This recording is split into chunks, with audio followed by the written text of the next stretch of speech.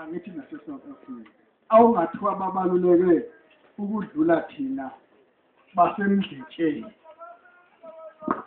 Ngithi ngicabanga ngijula ngezenzo zabo. Ngithi thina basemdletsheni sifaniswa encwadini engcwele aseke wakhotha kuyo owenkosi ngapha nezazi zasempumalanga.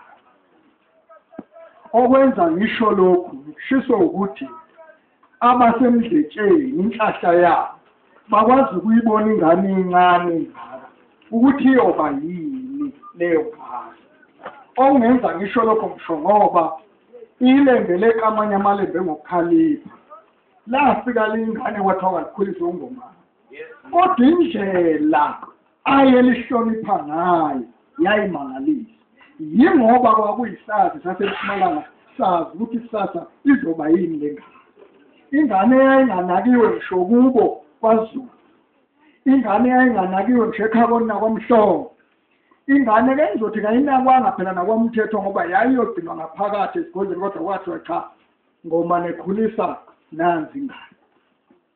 Walikhulisa ungomane ilembe laze lafika ekuthenini namhlanje leyothatha ubukhosi lalihamba naye.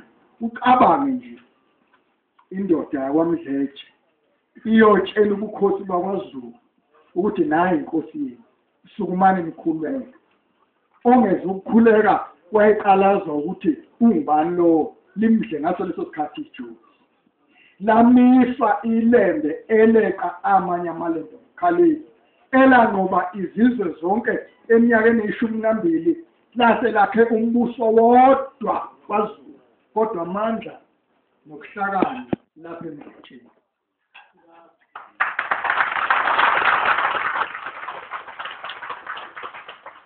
Yinde ngibuye ngize lapha ekhaya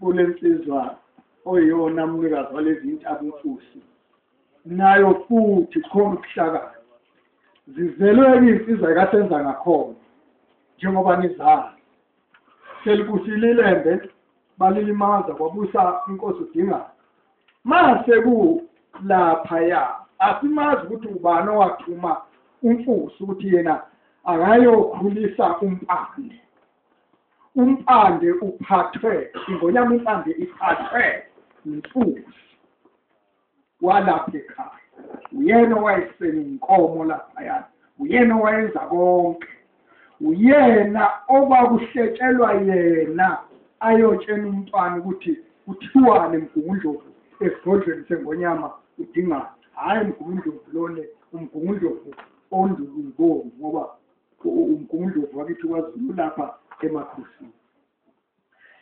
Inkosi owayelokhe nakho ukwazi ukuthi ngelinye ilanga konjwa ma sekuthiwa nanzi impi niyobaleka nezingane zenkosi ngenze njani niyoyenza njani lengane yenkosi usho yena umpande ukhona okuthiwa ke